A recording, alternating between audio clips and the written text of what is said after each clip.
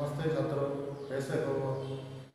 इस लॉकडाउन के पीरियड में हम इस कैमरे के माध्यम से ही चर्चा कर रहे हैं, सुन रहे हैं और सब कुछ देख रहे हैं।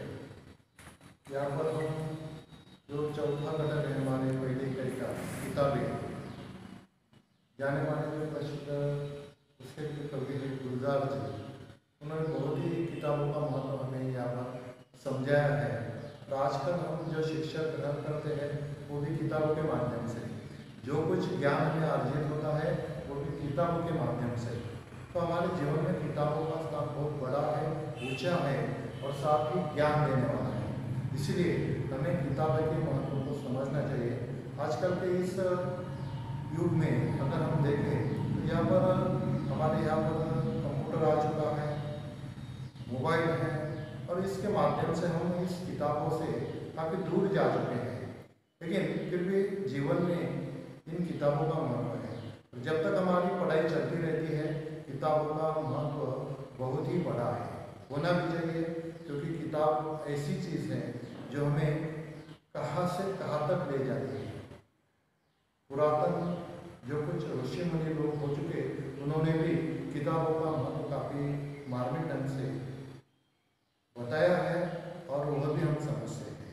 तो यहाँ पर गुलजार जी ने भी वही बात कही है जो गुलजार जी जिनका जन्म हुआ था। नमस्ते छात्रों, आज हम जो कविता देखने जा रहे हैं वह है किताबें गुलजार जी की। कवि ने यहाँ पर किताबें पढ़ने का सुख, कंप्यूटर के कारण पुस्तकों के प्रति अरुचि, पुस्तकों और मनुष्य के बीच बढ़ती दूरी और उससे उत्पन्न दर्द को बड़े ही मार्मिक ढंग से प्रस्तुत किया है। मैं कविता पढ़ता हूँ।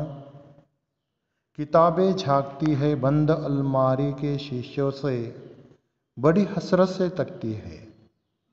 महीनों अब मुलाकातें नहीं होती। देखिए कवि क्या कहता है, महीनों अब मुलाकातें नहीं होती जो शामें उनकी सुहबात में कटा करती थी। सुहबात का यहाँ पर अर्थ है संगत। गुजर जाती है कंप्यूटर के पर्दों पर, बड़ी बेचैन रहती है किताबें। उन्हें अब नींद में चलने की आदत हो गई है, जो कदरें वो सुनाती थी। कदरे का मतलब है मायने, मूल्य।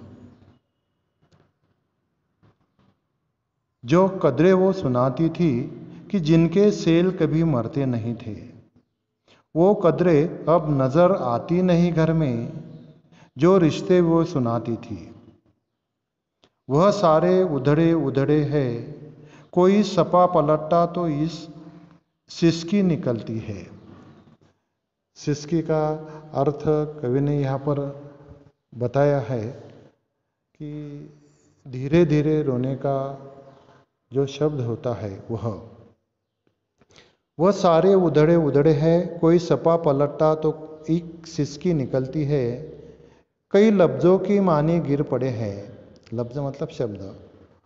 बिना पत्तों के सुख तुंड लगते हैं वो सब अल्फाज, जिन पर अब कोई मानी नहीं उगते।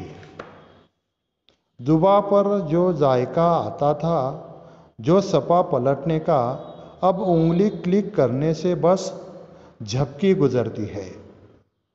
बहुत कुछ तह ब तह खुलता चला जाता है पर्दे पर। किताबों से जो जाती राब्ता था कट गया है। कभी सीने पे रुक के लेट जाते थे, कभी गोदी में लेते थे, कभी घुटनों को अपने रिहल की सूरत बनाकर नीम सजदे में पड़ा करते थे। छूते थे जभी से वो सारा इल्म तो मिलता रहेगा आइंदा भी, मगर वो जो किताबों में मिला करते थे सूखे फूल और महके हुए रुक्के, किताबें गिरने उठाने के बहाने रिश्ते बनते थे, उनका क्या होगा? वो शायद अब नहीं होंगे। तो कवि ने यहाँ पर पिछले कुछ ज़माने में अगर हम 2-3 दशक पीछे गए, मतलब 30-40 साल अगर हम पीछे गए, तो हमें देखने को मिलता था कि पहले लोग किस तरीके से किताबें पढ़ते थे, सुनते थे। किस तरीके से उस किताबों को पढ़ने का ढंग था। और किताबें बहुत प्यारी थी और किताबों में मज़ा भी था। कुछ लोग वहाँ पर फूल रखते थे, कुछ महके हुए रखे थे।